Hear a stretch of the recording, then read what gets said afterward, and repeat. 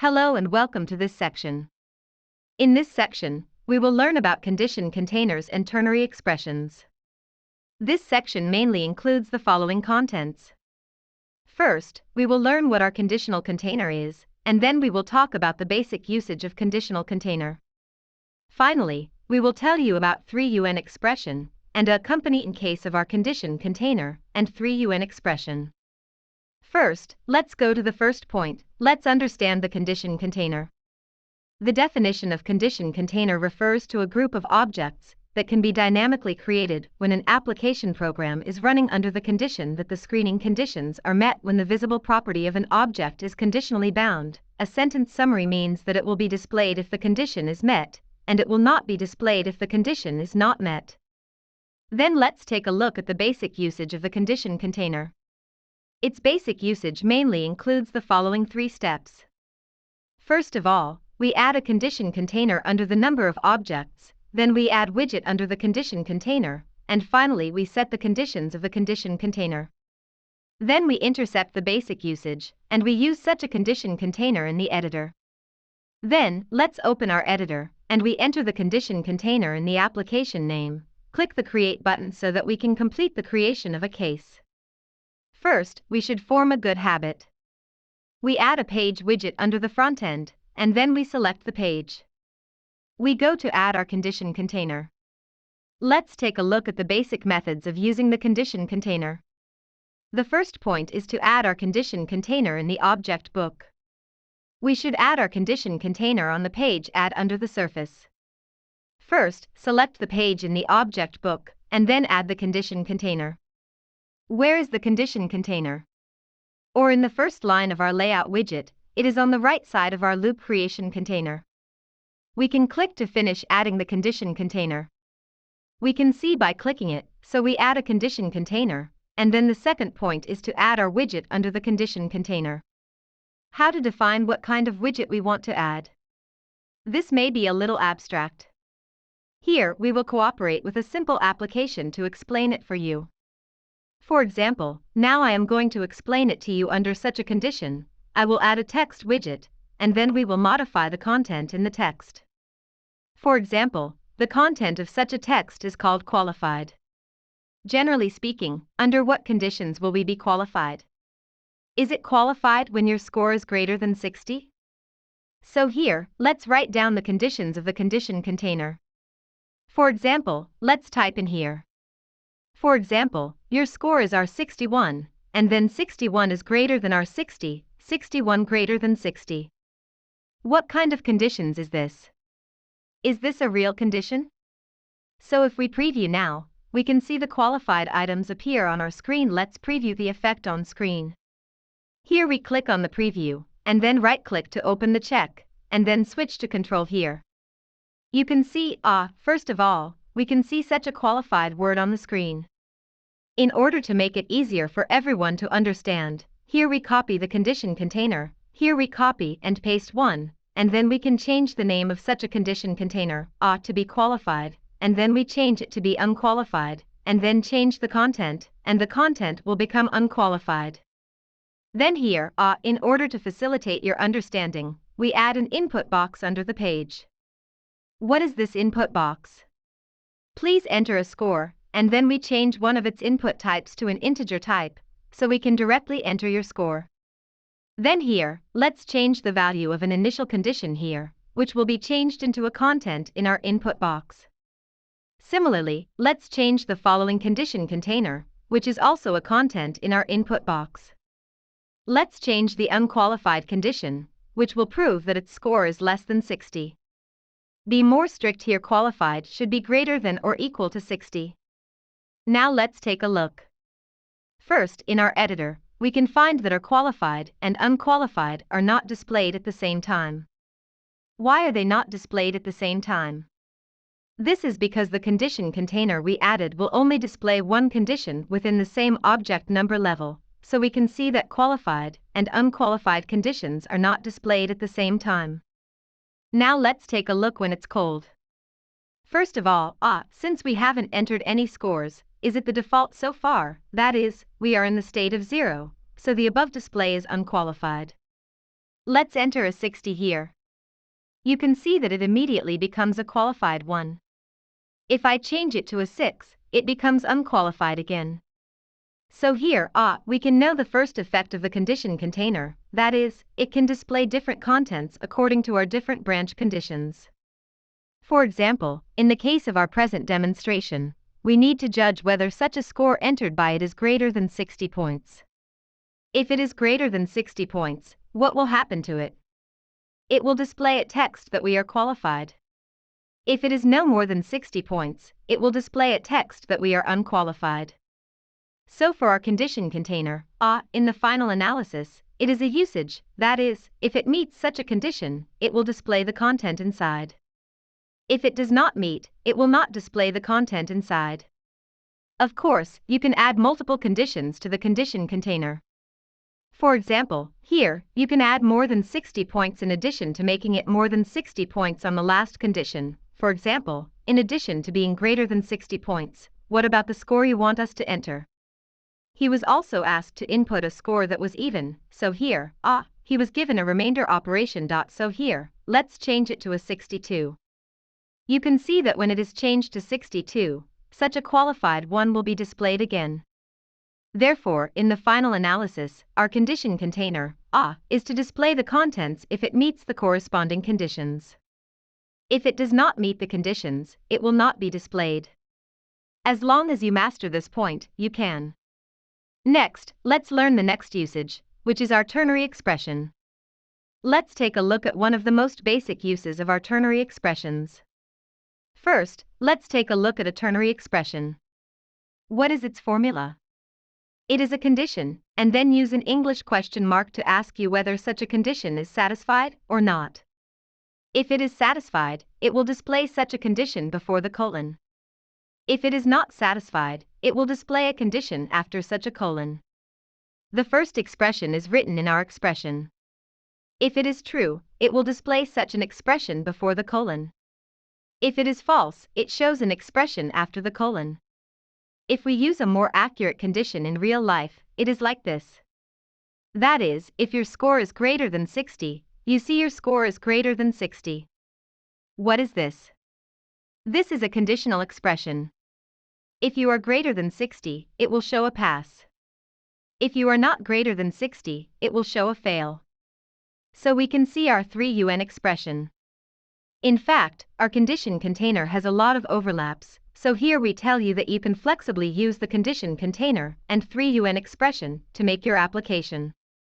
Similarly, just now we have to judge whether our score is greater than 60 to show qualified or unqualified. We can also use the ternary expression method to make a production. In this way, we can rebuild a page.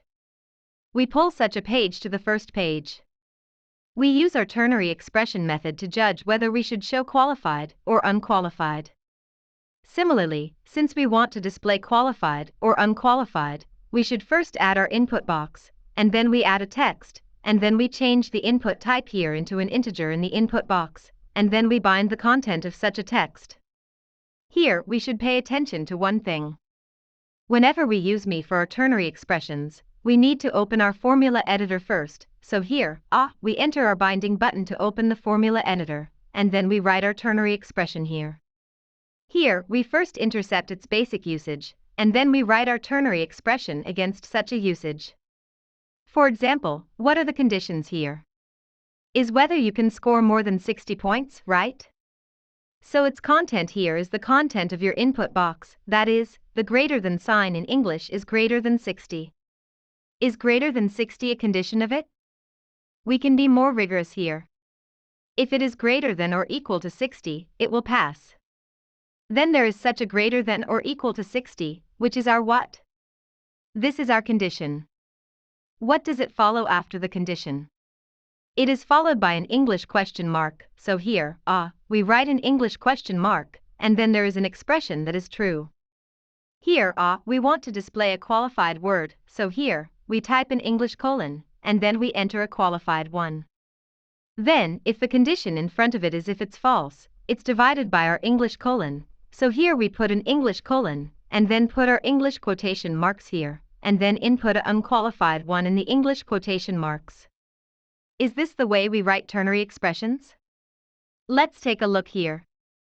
First of all, what is the overall content of the input box greater than or equal to 60? It's a condition, isn't it? If it is true that it is greater than or equal to 60 is true as a whole, then it shows that our expression is true. What is the expression that is true? It is a series of contents from question mark to colon, so it is our qualification. Then, if such a condition is not satisfied, it is false, and it displays a content after the colon, that is, the disqualification on our side.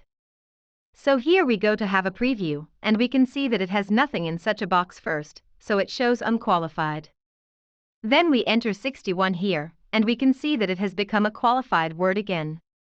What is the biggest difference between this and our condition container? Here we are binding on the content of a widget, so it is said that the same widget has two different values, and we are equivalent to setting the content it refers to through a 3UN expression dynamically. If we use the condition container, we use two components to encapsulate it. If we get a result through the condition container, it will display a content in it. Therefore, our condition container and our 3UN expression are not the same in terms of convenience under different applicable scenarios, and it is true the two are often nested together. In order to deepen your understanding of our condition container and our 3UN expression, here I will take you to make a case of our navigation bar to facilitate your understanding of the condition container and our 3UN expression. Let's save it. Here we choose the file to create a common relative positioning application. Here we change the name to our navigation bar. Then we wipe out the application like the condition container, and then we create an application of the navigation bar. Here, let me show you the final effect of our navigation bar, which is the effect of our navigation bar. When I move my finger in, I can see that it will display its background. Which navigation bar do I point to at present? So against such an effect, let's make a case of today. First of all, let me ask you, if you want to make such a navigation bar, what would you do? Will you traverse all of its text first, and then copy and paste so many copies? You won't, because we have learned how to use the circular creation container in the last lesson, so you must only do one of the styles for such a navigation bar, and then you can directly create a batch of copies through our circular creation widget after that. So here, we will first create a model of its most basic circular creation, and make it as it is come out. What widget will I add first? Will we add an array widget first? Here we add a page under the front end, and then we add an array under our page. What array will we choose here? We can think about it, because there is only one content in each array. What content? This is the name corresponding to the navigation bar, so here, we use the simplest one-bit array. Can we complete a production? So here, we first add a one-dimensional array under our page, and then we change the name of this one-bit array to directly call our navigation, and then we write a series of titles in the navigation. For example, here we write a little bit of our Chinese title. For example, here is our home page, then the second one we come to Workbench, then the third one is our editor, then another one is our document center, and then another one is our demo center. Let's add another one, and then another one is our course center to see if we have completed our most basic assignment to a one-dimensional array. Then when we have finished the most basic assignment of such a step, we will take a look at how we can use our loop to create a widget and display such a value. First of all, we must make a basic UI. Here, we don't need to control a detail of the UI. Let's listen to a text first. Let's think about it. After I add a text, if I put it directly into our circular creation widget, can it become a horizontal navigation bar? Did I tell you last class how to judge whether we have made such a circular cart? Do I tell you that if we select it, we can copy and paste it, and then we can preview it roughly? What kind of effect is it created through our loop at present? If I paste it directly now, is it a vertical effect? What should we do to make it horizontal layout? Horizontal layout, should we add a row widget first? So here, we select our page to add a navigation widget to us. Here we change the name to navigation widget, and then we add our text component to navigation, and then we copy and paste such a text. Is it normal horizontal layout? Then we take a look at the series of styles we write in its style value. Here, let's set some basic styles. For example, for such a navigation line, 100 may be too high. We change it to 60, and then we change its value to a center effect, so that our text will always be in the middle of it. Then, we select our text, and we are also interested in these texts, make a series of settings. For example, a font size of 26 is a little too large. We change it to a font size of 16, and then change its basic color to a slightly lighter color. This color is a color when it is not selected at present. In order to copy it, it should not be too crowded. Give him a little screenwriter. What screenwriters do we set here? You can think about it. In fact, both internal screenwriters and external screenwriters can achieve the effect that we want to have a certain distance between the left and right, but we can set its internal margin, or external margin here. We can look at this effect and think about it. First, when we select such a text, you can see that the whole background color has changed, which means that when I set the background color for the text, this piece will change. What are these things filled in it? It has a distance between the two texts, which is its external screenwriter. Therefore, according to this point, we first know such a text. We must first set a certain internal screenwriter for it, so here we set an internal basis of 10 for it respectively. In this way, does it have a certain distance on the left and right sides? If it is enough up and down, we can also set its margin in the same way. For example, we can stream 5 up and down a distance between the left and right, so that the effect of a small box can be done well. However, if we directly copy and paste now, we can find that there is no gap between the two texts. What should be set in order to have a series of gaps? Is this one of its external screenwriters? Therefore, similarly, we select one of our texts to set up an external screenwriter. We set 5 external screenwriters, so that when we copy such a series of texts, there will be a series of screenwriters. We can copy it again. In this way, does it have a series of screenwriters, and then in order to have some effects on the left and right as a whole, we can set an internal screenwriter for the navigation bar. Let's unify it here, set it to about 1 of 10, and then delete the text used to watch the effect, leaving our first template text, and then we can slightly modify some of its background colors. Then we change the content here into a home page to see its general effect. Then we make a card like this for the time being. After the card is finished, we need to create a container through circulation. What should we do? Should we first add a loop creation container under its parent container, then throw such a card into it, and then select the data source of the loop creation as an array, and then select as an array? Do we select the content of the card inside to define the difference value? Through the binding method, we select our home page. Here we bind it in the drop-down menu. The binding content is a piece of paper of our current data. Then we can see its effect.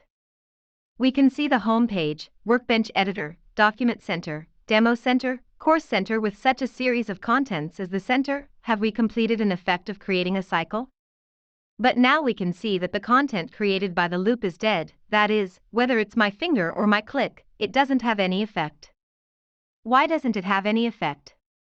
Because we haven't finished the production of such an effect. Here, we first complete the production of the first step, that is, we first complete the production of the selected and unselected states. Since we want to complete the selected and unselected methods, we know that here, in fact, we have 2 schemes to complete the production.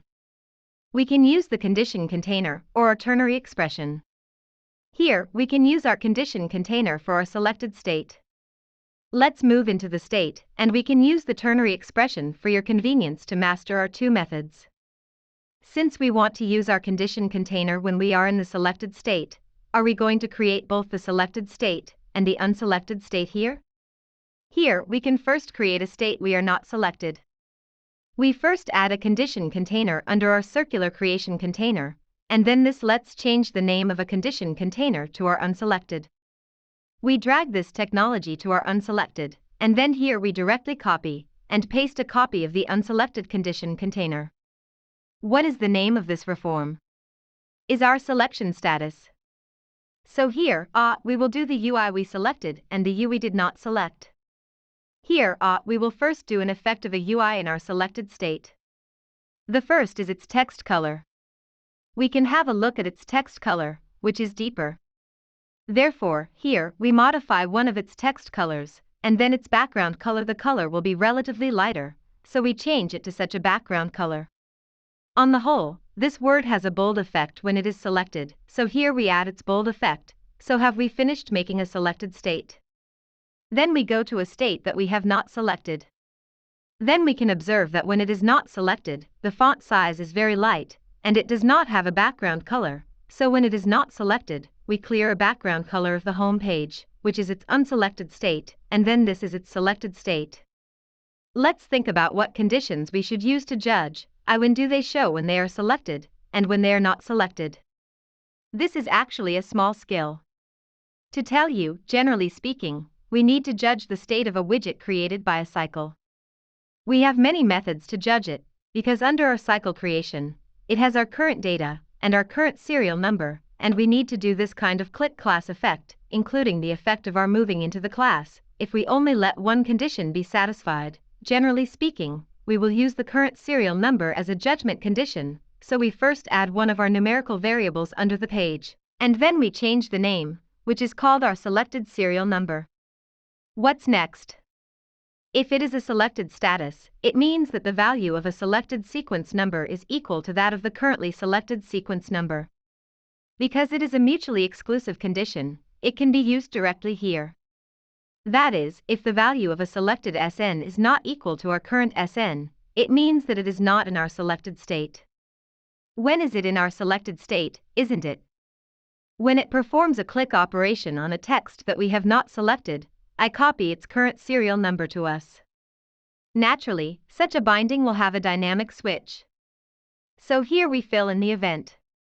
When it is clicked, what do? We assign a value to our selected serial number. The assigned value is equal to our current serial number. Let us make our current serial number conform to the initial value.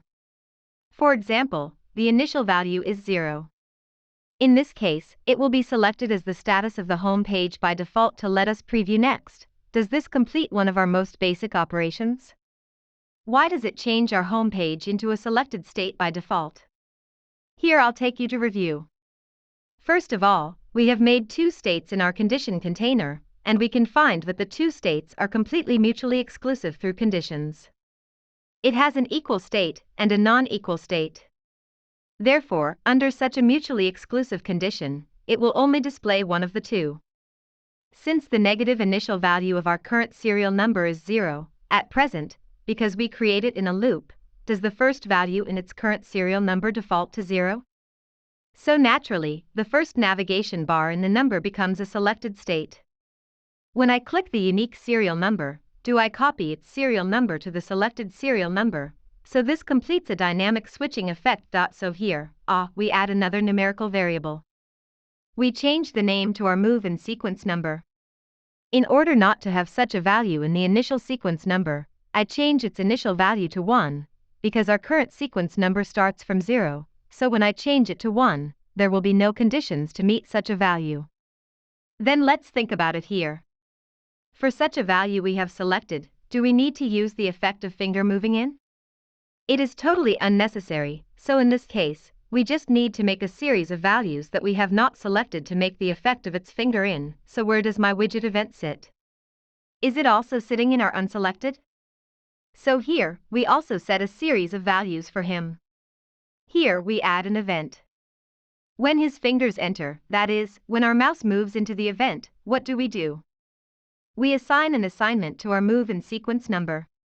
What is the assignment equal to? Is it still equal to our current serial number? Again, we add an event. What happens when his mouse is removed? Is it right to pay the initial value of our move in serial number? Therefore, change the value of the move in serial number here to make it pay only an effect equal to A1. Here, we can dynamically print out the value of its serial number all the way. When the same finger comes out, we also print it dynamically, which is convenient for you to understand such a series of actions. Let's preview an effect. Here, let's open a check of it. We hope to cancel. The default is computer format. It can be seen that when I enter workbench 1, I can see that the serial number changes into 1 as soon as I enter. When I cut to 2 again, does it change into 2 as soon as I enter?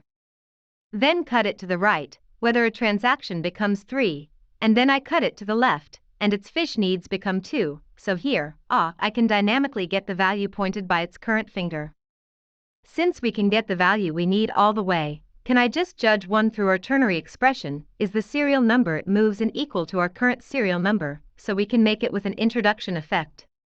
Here we can observe that, in fact, for an address like ours, there are 2 differences when we move our fingers. First, its general effect is completely consistent with the effect we selected. Its selection is only a little worse, that is, it is not bold when his fingers enter. When he clicks, he puts this one the text is bold, so we make such an introduction effect through the method of ternary expression based on the setting of such a UI. So here, we first set a text color. Here we need to do it through a ternary expression. We first copy the default color, and then bind the ternary expression. So here, what is its current serial number equal to? Equal to the value of one of our move and sequence numbers. What if it means? Explain whether the mouse has moved into our navigation bar. What does it want to display? Do you want to display our blue word? So let's write the ternary expression here. What is a whole with the current serial number equal to 1 way? It's our condition, isn't it? What should be followed by the condition? Keep up with a question mark in English. The reason why the format here is wrong proves that our question mark is a Chinese question mark, so let's switch the input method and put a question mark to make it true. What is the expression? If the expression is true, is it our font of another color? So here we put a quotation mark first, and then whether we separate it with a colon when it is false, and then put the font of another color. Because we have copied its default color just now, we first paste our default color in 5A go in, and then it is the real color. Is it a color in the selected state? We copy such a color and pull it here for pasting. Although connected together, let's run it. If the current serial number is equal to the serial number entered by our fingers, it will display a font that is more difficult for us. Otherwise, it will display our current default gray font. However, what difference should there be in addition to our font? Is it a background color? So here, let's bind its background color. Because the background color here is almost exactly the same as that here, we can directly copy this piece and paste it in the background color. Then, if its current serial number is equal to our serial number, what is its background? Is the background color the selected background color? So we copy the selected background. Let's paste it here. There is an extra pound sign here. Let's delete the extra pound sign. What's the default background color like? Is the default background transparent? In fact, we can also enter white here, yes, but just through such an opportunity to tell you, if you want its background to be transparent, what value do you want to write? In fact, it is our transparent English, so here, we enter transparent English, which is a value like our transparent dot. Finally, I'll take you to review how we made such a navigation bar.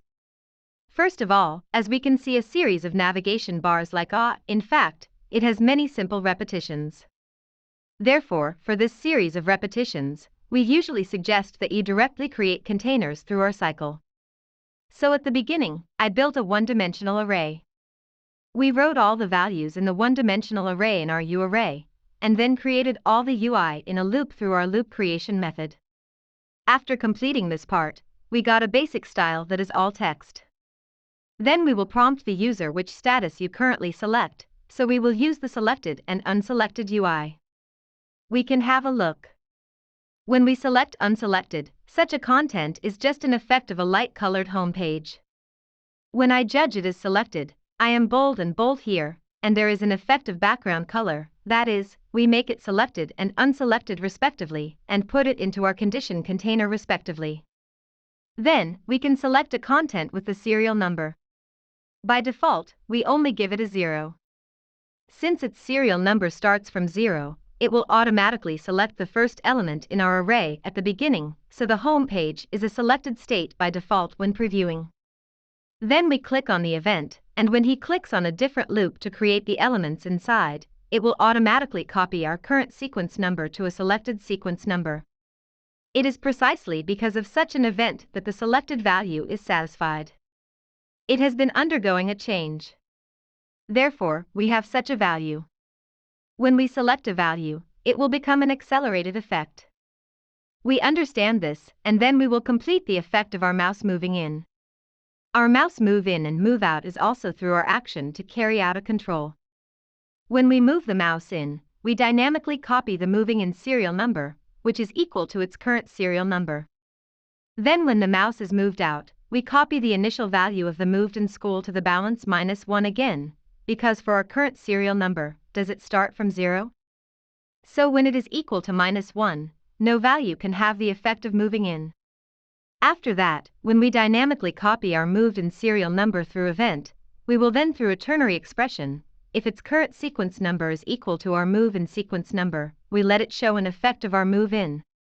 If it is not equal to its background, we will make it transparent, that is, a character such as our transparent. Just write it here. Similarly, for our text, if its current serial number is equal to our moving in serial number, we will let its text display our color. If it is not equal to that, we will let its text display another color, which is a way of using our 3UN expression in combination with our condition container, so we have completed a production of our navigation bar such a application, and the 3UN expression and our condition container will be very special in our subsequent learning and production high frequency. So the big housework must follow my operation and make such a complete navigation bar. The above is all the content of this section. Thank you for watching.